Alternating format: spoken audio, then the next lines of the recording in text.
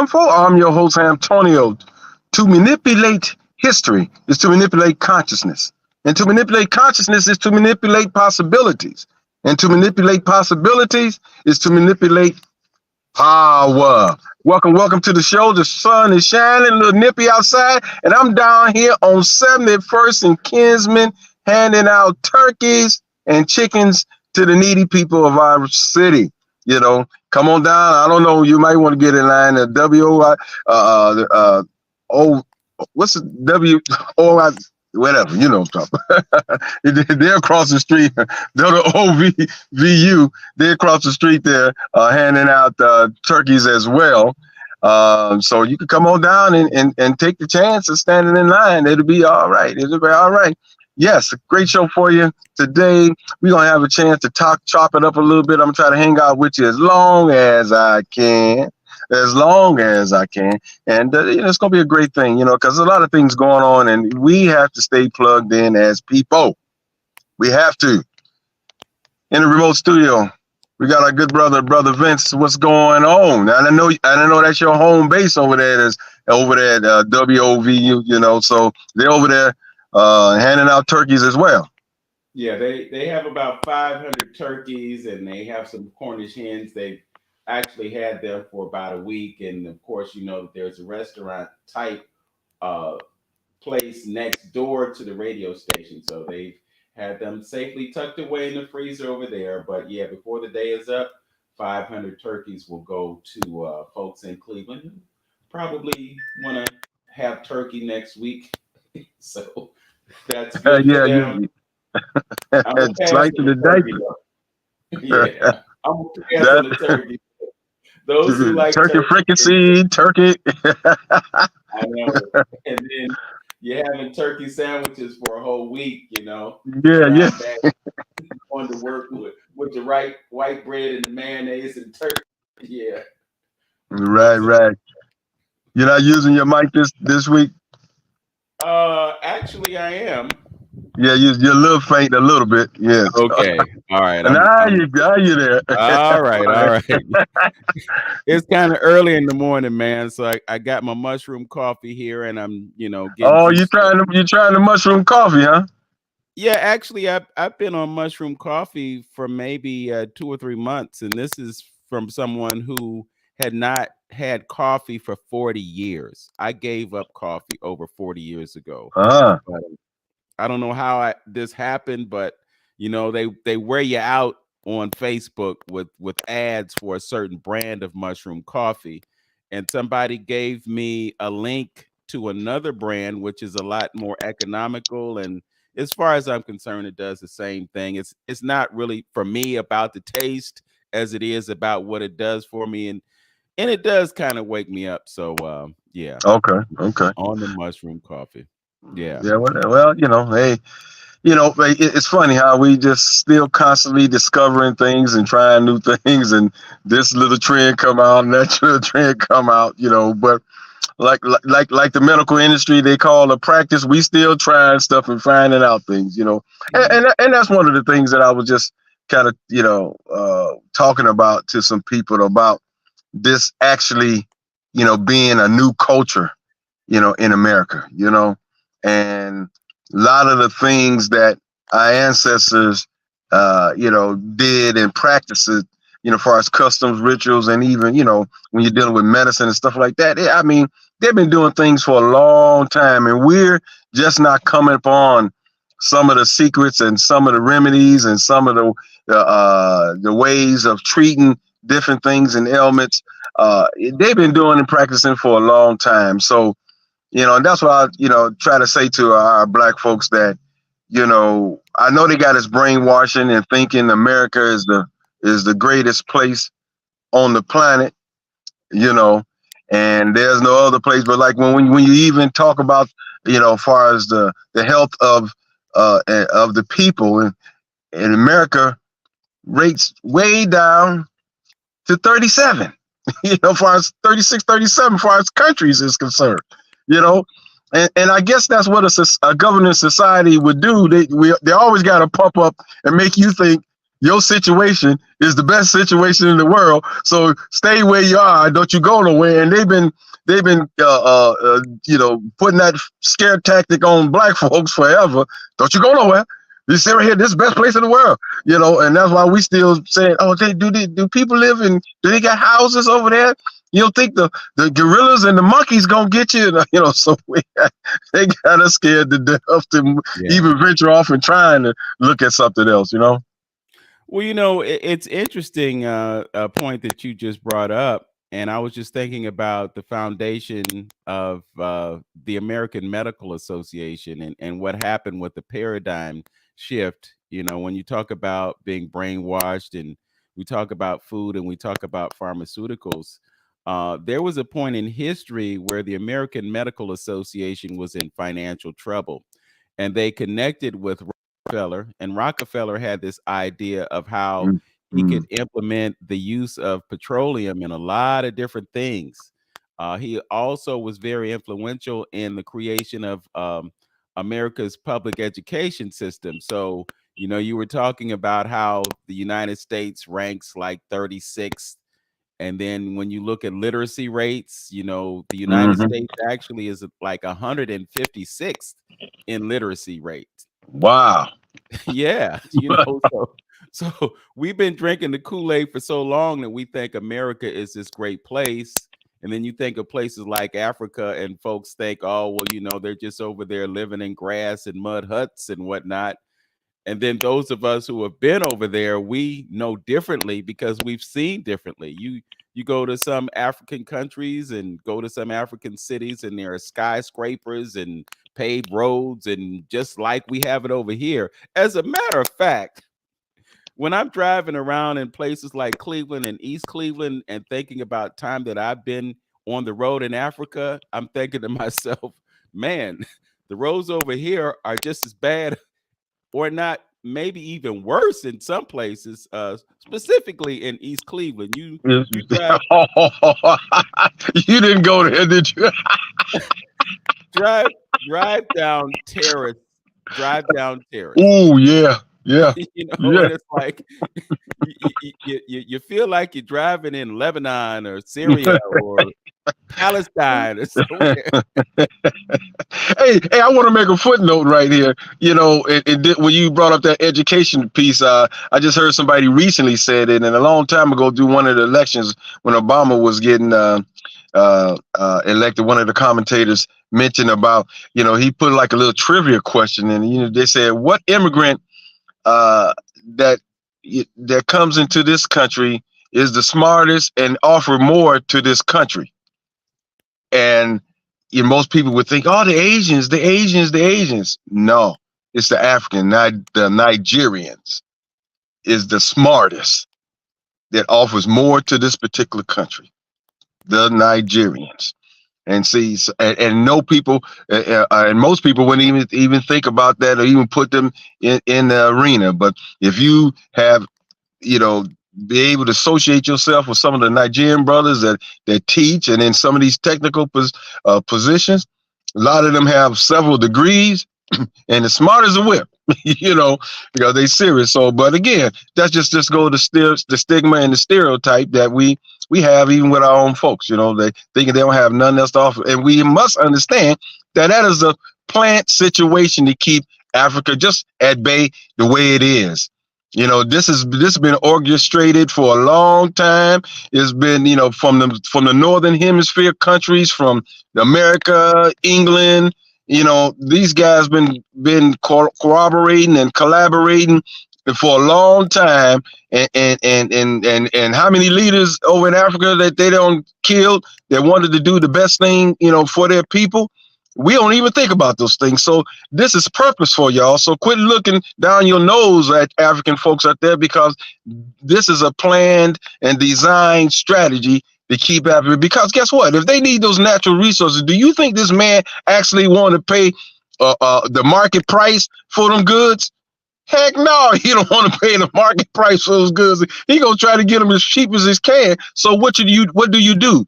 You keep turmoil going on in the country. You keep You keep pitting people against each other, confusion. And while they around there fighting, you sneaking around the back door and siphoning out all the resources. That's the plan. Come on, how long are we gonna, not get that? That's the game that's being played, man.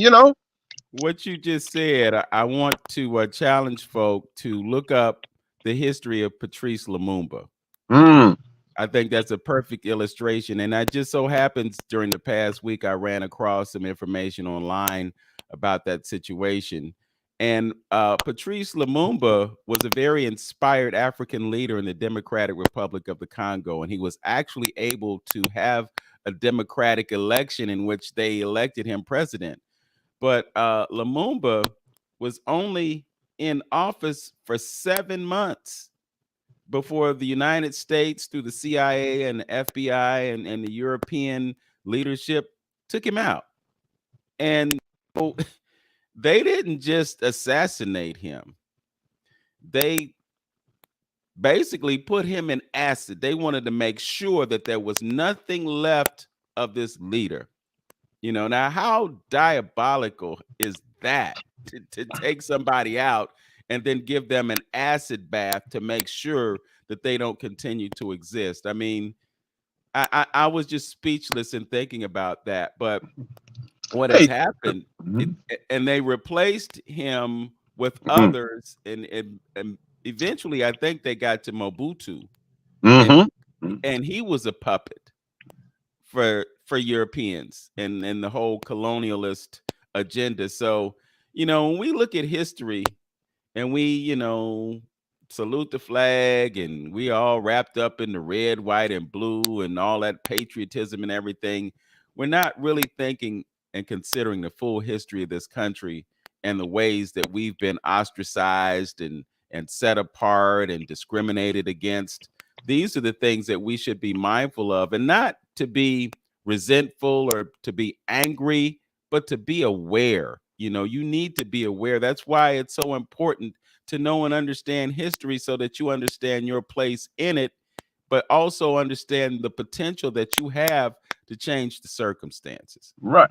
And see, again, sometimes there's that old saying and cliches we use at times, the leopard can't change its spots, and things like that. If we really knew, again, and took the time, instead of romanticizing our situation over here, because we got inside toilets and all these amenities that we have grown to be used to, so we want to consider ourselves better. Again, we confuse civilization with high tech. The root word of civilization is being civil. How you treat each other, communities, their respect towards the planet and everything. That's being civil, setting up some type of order. Okay. And people really don't know that United States and places like Australia were a version of penal colonies. Was initially a penal colony, Australia was. And people don't know that Europe emptied their jails and sent them over here to the New World. Criminals. You know what I'm trying to say? This is the makeup of the system. Criminals, the foundation of the system. Criminals. And you wonder why what they did to the Indians, and how they crucified them and damn near killed themselves. They were criminals. And that legacy continues about changing. That's why I once said changing your spots. It continued. They have crucified people of color themselves and people of color for a long time. Look what was going on in Europe. They was really doing some good practicing in Europe, like our brother Kaba Kamene say. After they practiced the way of killing and assaulting people and doing guillotines and all the stuff that they was doing, then they took the show on the road. Then they brought it to all the other continents all over the place, and with that same kind of practice. And then, if they come right out killing and maiming in the beginning, they sent in folks, missionaries with the Bible first, and then fooled the people into believing that they came in peace. Look at what they did to the Aborigines over in Australia when they came. Horrible, savage. King Leopold did to in the Congo. Savage. The Native Americans, the Africans. Over, you know what I'm saying? Savage, savage, savage. So, it's almost like something that Farrakhan said, one of the commentators was saying something, Nigeria is the most corrupt country on the planet. He said, how you got the nerve to say something about calling somebody corrupt when you in the doggone most corrupted place on the planet? How you going to say something like that? You ain't even in a position to say so. So he checked them hard about that, because they tend to get amnesia when we start talking about history. That's probably one reason why critical race theory is being attacked, because this being the age of information, all the truth is being unveiled. The Devil's Punch Bowl and down there in Mississippi and things like that. The last ship that they sunk with, bringing slaves over here they just found in Alabama. Those little things, and all, Lake Lanier in Georgia, where used to be a community over there that is underwater now. See, all those things are coming out, and having that diminishing race issue going on. That's why we have to be connected, and that's why we need to be paying attention, not worrying about because the Browns football quarterback is out sick, and we putting all our energies in that. This ain't the time for all of that, people. I'm off my soapbox now. I'm just gonna put this out there. I am on a list of folks who get movie passes. So the intention is for us to do reviews on the movie. And if you didn't know, I write for a couple of different newspapers. So yesterday I was privileged to attend an advanced screening of The Color Purple. Okay. A new version? I watched the movie. It'll be out on December 25th. Okay. So I can't comment about the movie. So I'm not going to comment about the new version, except to say that when it comes out, you might want to see it. I'll say that it's a very entertaining movie. I'll say that it was beautifully filmed and all that. So I'm not going to make any remarks about the content of the film. I'm going to talk about the first Color Purple. Okay. The first Color Purple came out in 1985. So it's been a long time, and I only saw it once. So when I was watching that movie yesterday, it's like I had completely forgotten about the first version. So as a result, I went to one of my favorite places, YouTube, and I put in The Color Purple. And it was really interesting, the hits that I got. And one of the hits that I got was a 22-minute video of Minister Louis Farrakhan talking about the original Color Purple. And he broke it down. He told you what the problematic issues with the film were. And so I'm looking at it and I'm like, oh, okay. So when I thought about the new movie, I had a point of reference to think about what was in the first one and how it related to the second film. So this is what I want to say about the first film. The NAACP and a couple of other groups were really upset about The Color Purple, okay, because of the way it depicted black men.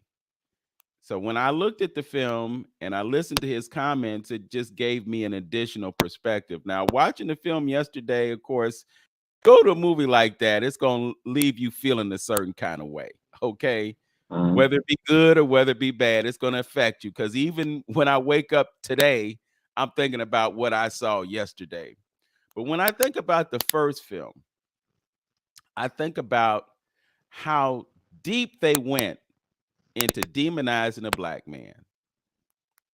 Now, you look at movies like Fences and you see that the role that Denzel played and how he basically repeated the same mistakes that his father made in rearing children and being, hostile and aggressive and punitive and all those kinds of things.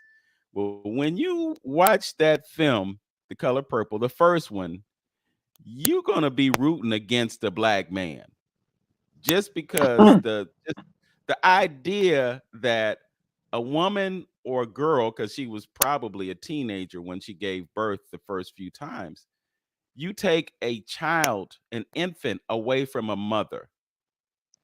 and you don't give that young lady any idea what's going to happen to that child. That woman has no idea whether her child is still alive or whatever. So when you watch that, you're thinking, man, I really don't like this man. And then throughout the whole film, you're making him like the devil. Okay. And then you get to the end of the film and you give him a little chance for redemption. Because you remember the storyline, you remember seeing the movie? Yes, a little bit. Yeah. Okay. Well, at the end of the film, this man who has been demonized gave up some of his property so that this young lady could be reunited with her Yeah, family. with the siblings. Yeah. Yes. Right. So in the film, you see him walking his horse through the field, and he's Yes. observing the reunification of the family and everything. So it's like Hmm. he redeemed himself, but he's still kind of on the outside looking in, right? That's right. Okay. So when you think about what that places us in terms of black men and our families, it creates the distance. Now, ironically, when you look at the 60s, 50s, and the 60s and the whole creation of the welfare system and how they basically put the black man out the family. So if the woman wanted to get the food stamps and all of that, Hmm. he couldn't be there. Just go watch Claudine and you'll get the whole picture. Diane Carroll and James Earl Jones. You Right. Right. get Right. the picture of that. But the basic thing is the reason that it has been so challenging for us as a nation of people within a nation to move forward is because of the division that exists between man and woman, black man and black woman. So from my perspective, the original Color Purple played kind of a role in maintaining that idea that black men and women are at odds against each other and demonize each other, and we can't move forward because we're not unified. Now this is kind of a microcosm of the black community overall, because we still have that competition between black men and black women. It's like, Hmm. well, who's the worse off? We talk about Cleveland, and it's the Right. worst city in the country for black women. But what about us? You know, Mhm. I'm really disappointed. I'll just put it that way. My person is disappointed that we as a unit can't really come together and work together. Within the past couple of weeks, I saw a video of Nia Long and Young Jeezy. Have you seen that one yet? Uh-uh. Mm. Nia Long interviews Jeezy, and they have an adult conversation between a man and a woman. So it was a beautiful thing because they're talking about pretty high level things in terms of relationships, in terms of life, and so forth and so on. And this is something rare. You don't generally see too much of that. There are podcasts that you'll see, and they'll have a group of young brothers and a group of young sisters, and they're talking about relationships and all that other kind of stuff. And there's a lot of back and forth and people talking over each other, and it's kind of high spirited. But in this situation, it was two adults having a very civil conversation about life. Jeezy was talking about his paradigm shift. At a certain point, he realizes, looking back on his career, some of the things that he has talked about and so forth and so on are not really in the interest of our community. So his Mm. focus has changed and he's evolved because people grow up. You know, Yes. and they learn from life and they learn how to be responsible. A lot of young people get into hip hop and they get into the recording industry because they want to become famous, they want to get paid, and all those other things. But a mentality of liberation, a mentality of Afrocentricity, all of those things are missing from that platform. They're basically out there, as the young folks say, chasing the bag, you Mm. know. But then you have some artists who are conscious, who are aware. Those are the ones that are marginalized and ostracized because the power of their word, their ability to reach people, to motivate them to do positive things, that's feared. That's why they exercise so much control over the recording industry. That's why when you turn on the radio, you hear a whole bunch of stuff that's not really edifying. You, bruh. Sometimes I hear things and I'm just appalled Mm-hmm. Mm-hmm. at what they're talking about and the way they I talk. can't believe it. Sometimes, like you actually playing it's like this on the radio, man. Yeah, Really? right. And you remember "Fight the Power," Mm-hmm. the song by the Isley Brothers, Oh yeah. Mm-hmm. and there was one cuss word in the song, Yeah. Right. Right. I know you talking about and they all bleeped this it out. bull.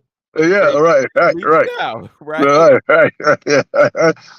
But now some of it they don't even bleep out. It's just, and then when you just listen to what they're saying, it's so graphically offensive that it blows my mind. Then on top of that, you're riding in the car listening to that, and you've got young children in the car, and their minds are like recording tape decks. They can remember everything, and they can spit it back out at you. Right. So they're 6 and 7 years old, walking around cussing like a sailor Mm-hmm. because they've heard it. They're 6 and 7 years old and will cuss you out. Yep. That's true. you know, Right. Right. See, back to your one comment that you said about this seemed like enmity between in between male and female, and it's a something we really need to work on and understand, because the system have got people into the Oprah syndrome. We don't need a man, you don't need a man, and things like that. And if we really understood and knew African spirituality at its core, you would understand nature. And by understanding nature, you would understand there's pretty much duality in nature, balance in nature, you know. And so for someone to market and to, hype up and promote, singularity, and, you can do it on your own and you don't need nobody type of stuff, they are setting you up for failure right out the gate. Sarazas Ali talks about that. Don't let them trick you into talk about you don't need no man. What is wrong with you, female? That's balance. You got to have, if the creator put everything on the planet with that type of system in mind, of balance, of trade-off, of duality of energy, working in unison, with something, with raising a kid, with bringing up a community, with connecting with other families, and creating a community. That's what you're supposed to be doing. You see, what's the old African proverb? The ruin of a nation begins in the homes of his people. That type of thing is constant. It's constant. And so we need to understand it, and that's why I do what I can to try to reconnect us back to what we should be doing. The oldest people on the planet, maybe they may have something to offer to deal with some of the issues that we are facing right now. When are we going to look that way? We let the propaganda and the man and listening to this particular system and maybe how they look at the world and their particular worldview and their concepts of nature and how they relate to nature. We're following their lead, and it's not our original way of doing things. Most indigenous people are close to nature, are close to the land, live in harmony with the animal kingdom and the plant kingdom. That's what life is all about, and that's what we should be doing. But this system is taking you so far out of nature, out of natural order of things, and then we walk around and wonder why we're in this position that we are in today. I mean, I just wish we can really look into those things, but the man with through this technology and entertainment and all the rest of the little shiny objects that he's dangling in front of our faces that we are chasing, got us hypnotized and wanting these things and wanting this rather than, hey, you know what? I wouldn't, if I had peace and harmony and getting along with the community, I wouldn't man. I wouldn't give a doggone about it if I had to use an outside toilet.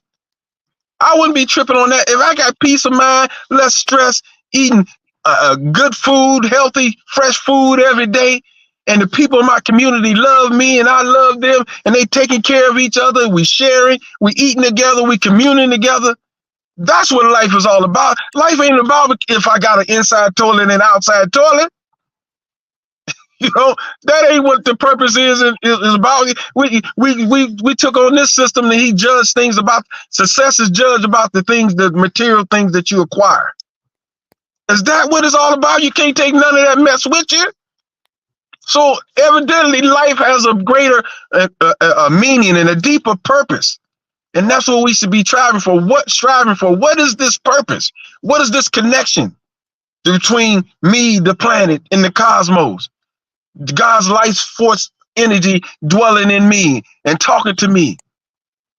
That's what we should be seeking and trying to find. And our ancestors have laid down a roadmap for us to follow, because they've been on this thing hundreds of thousands of years.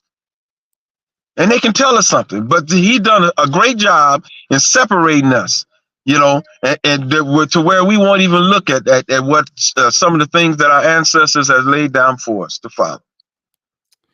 I want to go back to what you were saying about balance and nature, you know, because nature is a direct reflection of that thing that we call God.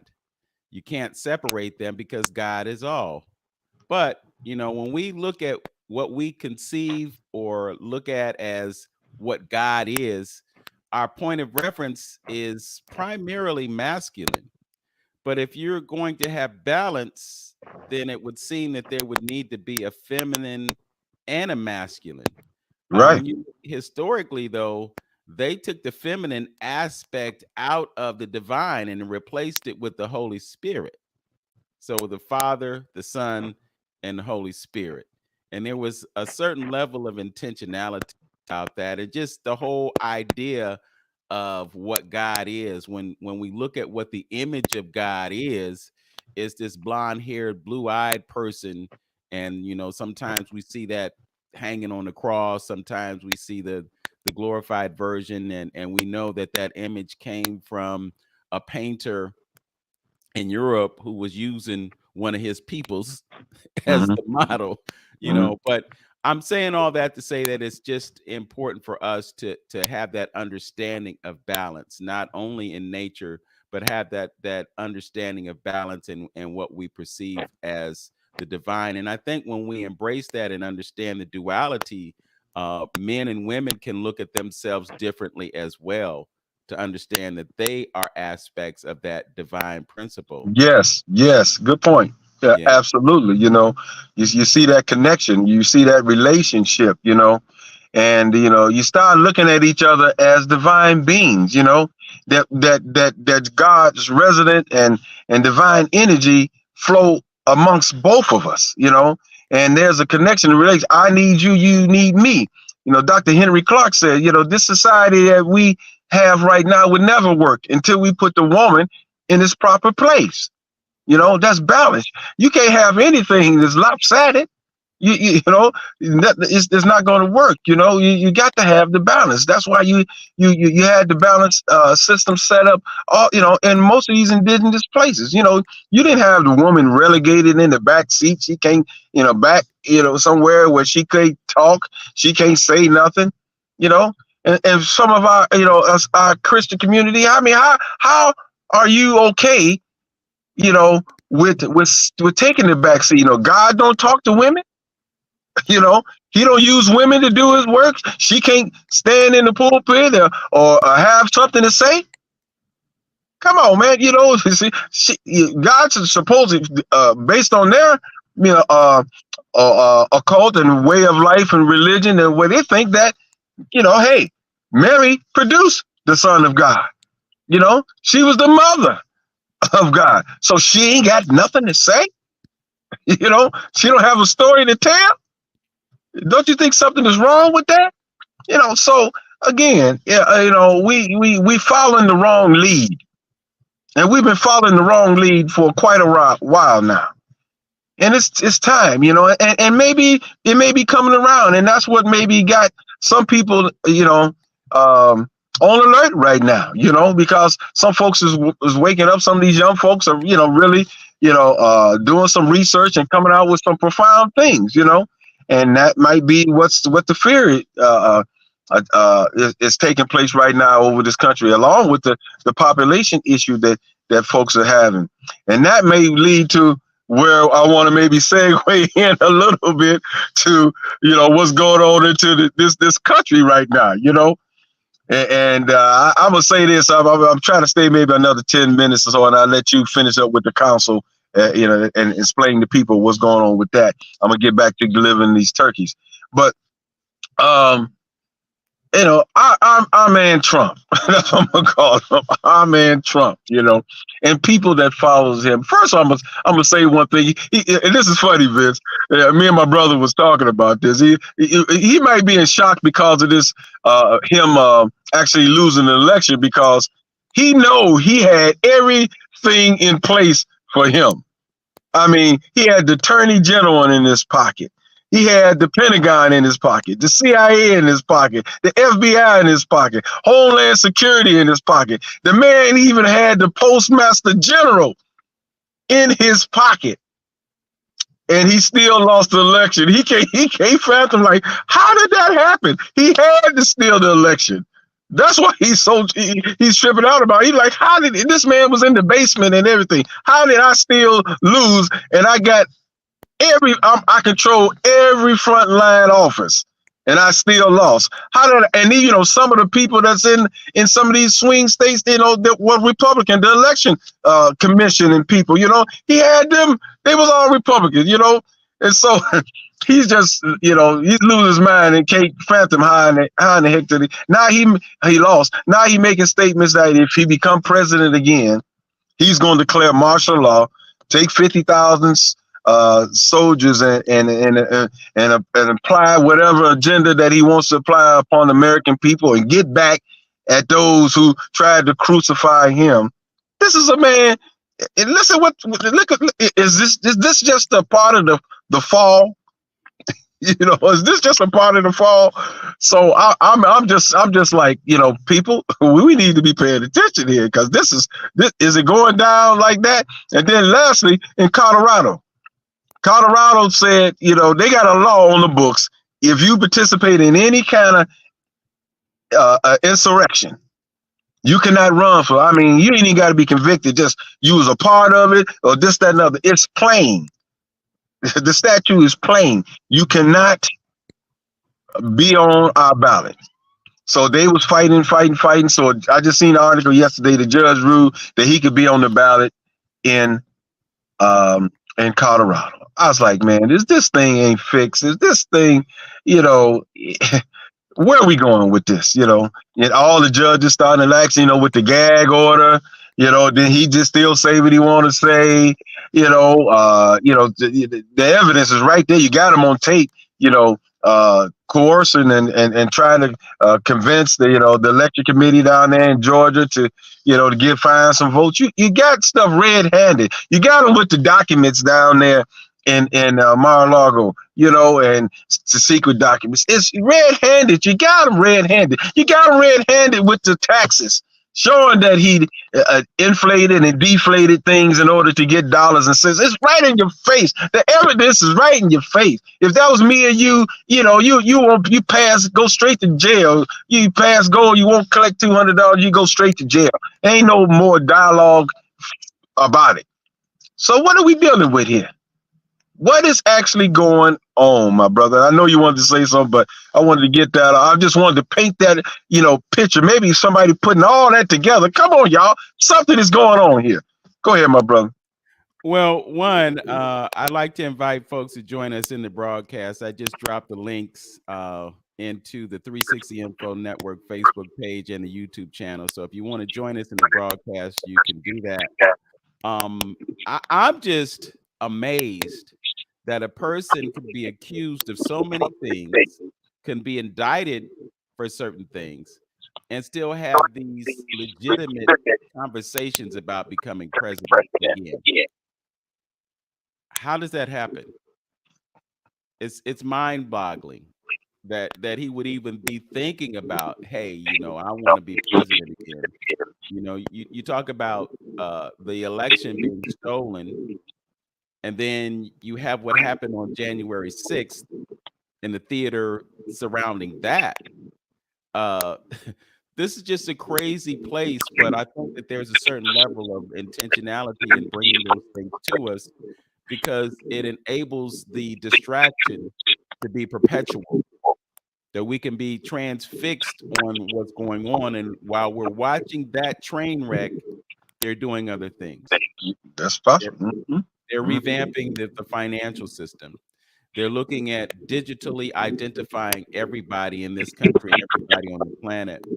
And when we look at some of the fascist things that you're talking about, like, okay, you haven't been convicted of a crime, but then you can be eliminated from running from office, though there's been no due process. That's not really very American when you think about it, because it's about, everybody having an equal vote, everybody having due process so that they're not discriminated against. It makes no sense, but then again, it does make sense because you're looking at power grabs. If you look at what's going on in Canada right now, you look at what's going on in Australia, you look at some of the European countries right now, they're really ratcheting up their ability to control people and to maintain the status quo. That's what we're dealing with in America. The same kinds of things. So you look at critical race theory banned in higher education and all these other kinds of things that are happening. You look at some of the laws that they've tried to pass. I mean, look at issue one from the not the past election, but the one before. They wanted to increase the requirements that are necessary in terms of a majority vote and so forth and so on, to do things in a way that will give them a strategic advantage. And the people rose up and they said, no, we're not going to go along with that. This is really what needs to happen. People just have to get to a point where they say, no, we're not going to do that. If you look at the last election, the people of the state voted to legalize marijuana. Mhm. This is Mhm. what the people want, not what the government wants. We know that one of the reasons that marijuana has been illegal is because it's been a way to incarcerate Black people.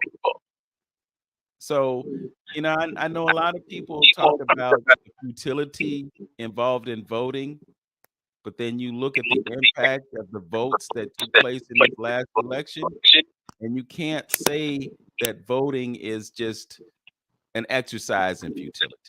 You Mm. know, when you understand the power of the vote, you can exercise the power that comes with the vote. But the real key is that people need to be united and not divided when it comes to particular causes and issues. That the issue that we've had as voters, particularly Black voters, is we keep aligning with the party that just basically uses our votes to advance their own agenda and not our agenda. So we get taken for granted in the process. I'll just rewind back to the election of Barack Obama. When President Obama was elected, a lot of people thought in error that it would be a new day for Black people in America because we had a Black president. But when he got elected, he said, well, I'm not just a Black president, I'm a president for all of the people. So, what Black folks get, everybody else gets, because a rising tide raises all boats. So, what happened? I'm just going to repeat what a lot of people have said, whether it may be true or maybe not, not true. But the alphabet community got a lot, but then what did Black folk get? It's like someone hopped and skipped over us, and we're still Wait. leading categorically, areas of dysfunction, Mhm. illiteracy, health issues, environmental disparity. I mean, you could go down a whole list of things that we're at the bottom of the heap. Nothing has changed. You know, folks just leapfrogging over us. They passed an anti-Asian crime bill. You know, what about the anti-black crime bill? What happened with that? Crickets, nothing. You know, so Yeah, we historically have been ignored that way. absolutely. Yeah, I mean, and I mean, one black president wasn't going to change all of that. You had 43 other presidents that kept status quo going on. You know what I'm saying? And I don't know about most folks, but I wasn't, you know, anticipating that much change to happen. I figured, to be we'd be able to slide by a little issue here or there, or maybe he'd be a little bit more sensitive to certain things that he would know that would maybe be more impactful as far as black folks is concerned. But come on, man, you think this guy is going to turn over? I mean, this country is going to turn over power totally to a black man like that, and he's going to be able to go ahead and just do and implement any and everything that he want to do. Come on, man. That's just unrealistic to me, because you almost act like you forgetting what country you live in, you know, like the 1619 project, says, come on, you wasn't brought over here to outdo the people. And you know what people I'm talking about? you was brought over here to work. And that's why a lot of them get mad when you actually do better than them. That's why you got the lowest, person on the planet would still think they better than you, because that's the psychological game that they have always played them. And they get upset. Just play basketball. I don't want you talking about what's going on in your community. Just shoot the ball. I don't want to hear that. They're upset. They're upset. They're upset that this man, fought some dogs and this, that, and other. They want to see him as a vagabond. They wanted to take every dollar that they could away from him because he was fighting some dogs. Man, what about the man's livelihood? You know what I'm trying to say? Look what they did to our brother Carter. He's come back a little bit, but he ain't playing football. Cabinet. So I mean, the point I'm saying is, it's almost like Barack. How many times do you got to reach your hand across the aisle and they smack your hand for you to understand, dude? You like something Dr. Henry Clark said, we don't have no friends. We don't got no friends. Nobody's out there really advocating for black folks. It's going to have to be us. And you're going to have to quit romanticizing this system and patronizing this system, and try to get your own stuff going. So for me, the only way to make that happen, you got to deal with the mindset of the individual. I've been on these boards and hear people talk, we're going to do. All you're doing, if you're just being black, white men trying to use the same capitalist system that got you in this dump that you, this little funk that you're in right now, as far as mentally and psychologically, it's not going to happen. If you're just managing the same system that is keeping you oppressed, you're feeding into the same system, then how's that going to help you? How's that going to help you? That's you just managing the same system, perpetuating the same nonsense that is going on. So it all boils down to most of us just want to be accepted. You get along, go along and get along and see how we can make this particular system work for you, mainly as an individual, not as a collective, as an individual. Then now you're happy, and you're happy being here, and hey, this country ain't too bad. Something Dr. Amos Wilson say: the more you think you are free, that's when the more you are a slave, because you got those particular things, and you're going to do anything you can to keep that same system in place because you are comfortable. So now you're even more so enslaved into the system. You're more so enslaved into the system, because you're trying to keep what you got. And it's just that simple. And on that note, my brother, I'm gonna turn it over to. Oh boy, I was able to get all that out this week. I just want to rewind to our former president, number 44, President Obama. I think probably the most widely known example of what he accomplished in while he was in office was the health care situation. Uh-huh. Obamacare, some of them call it. The issue with it, though, is that America has been unwilling to accept or implement a single payer system. And the reason that the insurance paradigm was created the way it was to discriminate against us. Hey, That real quick on that. Let people know that too. That's what he wanted right there. What you said was the single payer.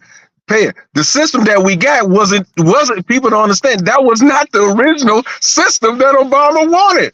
He pounding that out of Mitch yeah. Mitt Romney, yeah. Mitt Romney. Yeah, that was his system. And then the Republicans turn around and attack him for Obamacare when it was actually Mitt Romney's system. Oh, go ahead, man. Yep. Well, that's why we have copays. Because the copays make it impossible for some to be able to pay for their pharmaceuticals and their health care because they can't afford it. See, this is part of the whole system of discrimination that has been in place all this time, but you wouldn't know that unless you did your research. And where we are now is that these facts are bubbling up to the surface, and now we're learning how soldiers, for instance, were discriminated against after World War II. How black soldiers came back to America and couldn't get the same loans that the white soldiers could get. Come on, how man. they were coming home to neighborhoods that had been redlined, where they had restrictive covenants. If you live in this neighborhood, you cannot sell your house to a black person. You can't rent your house to a black person. This is the level of discrimination that we have faced historically, and a lot of these things are still in place. So sad but true. And see, and we know the two P's of the pod, the Republicans and the Democrats. We know that. But again, if I have to choose the lesser two evils, most of those programs that you talked about was implemented under the Democratic regime. I mean, from the welfare to the social program to the FHA stuff, to Veterans Administration, stuff to those, Social Security. That was all on Democratic platforms, So this guy don't want to give you nothing, So we have to think about that. 3 strikes and you're out. That came during a Democrat administration as well. That's true too. Yeah. So again, we just got to, my point is with the whole political piece, until we come together as a block to be respected like every other ethnic group, on real issues, not just on going along to get along because vote Democrat just to be Democrat. Until we set up something like Ice Cube, I think, was talking about us. Hey, we want these A, B, C, D, E. You hear Claude Anderson talk about you got to own the politics in your community. You know what I'm saying? So, but that all comes from doing a checkup from the neck up. Until you change that mindset of the individual, when you start talking about community, the understanding the greater good for the greater number, and those type of concepts, until we implement those and start it with our kids and throughout our schools and start teaching our own children who we are, their culture and stuff, we gonna always be on the bottom and looking up at somebody and screaming bloody murder about something. Yes. Yeah. Interesting conversation, brother, as always. So much going on in this city. We could have talked about the recent election and the outcome from that, but we don't have time. We just have a few moments left, and I would be remiss if I didn't mention that we're going to be doing music and poetry at Larchmere Arts this evening. We've got Jamil Smith, who is one of Cleveland's most prominent poets. He's half of the husband and wife team of Love Ties. And Jamil is going to be performing on our stage tonight. We got Jim Alexander. I've got Robert Smith III. I've got a guitarist named Brian Early. And my friend Kabir might be stopping by to play congas tonight. So we're going to have music and poetry at Larchmere Arts tonight. I certainly hope that you'll stop by. It's 12726 Larchmere Boulevard. It's in the heart of the Larchmere Arts Cultural District. Anything you want to promote before we close out, brother? No. We getting ready for some of our June programs. We're talking with several other organizations, so So keep your ears peeled about what might be coming out in the community. Okay. Also, we didn't really have a chance to talk about Cuyahoga Arts and Culture and the Assembly for the Arts and certain grant programs that are in progress. But I just want everybody to know that you can go to assemblycle.org. That's assemblycle.org to tune in to things that are going on in our arts and culture community. And you can also go to cacgrants.org, cacgrants.org, and you can plug into what they're doing over there. CAC is an agency that was created to take in money from cigarette taxes and disperse those funds to cultural nonprofit organizations. And a very small part of what they do is support for individual artists. It's a very small part of the budget. This platform is in the change right now, and I think the focus of on individual artists is shifting to the Assembly for the Arts. So you definitely want to stay tuned into that. Also, want to let everybody know about the Transformative Art Fund. This is a fund that is $3.2 million in total that are going to be passed out in our community, and the grant sizes will be between $250,000 and $500,000. So you definitely want to be aware of that, and we'll be sharing that information with you as well. So with that, thanks for joining us on 360 Info Network today. Great show. We got a great show lined up for next week. We're going to have Dr. Jawara Hunter and Aziza Gibson Hunter on the air with us next Saturday, and they're going to talk about a presentation that was at the East Cleveland Public Library about a month ago. So stay tuned. We'll give you more information on that. As always, know yourself, love yourself, be yourself, and make today your best day, everyone. Peace. Yeah. All right, my brother. I'm gone. Okay.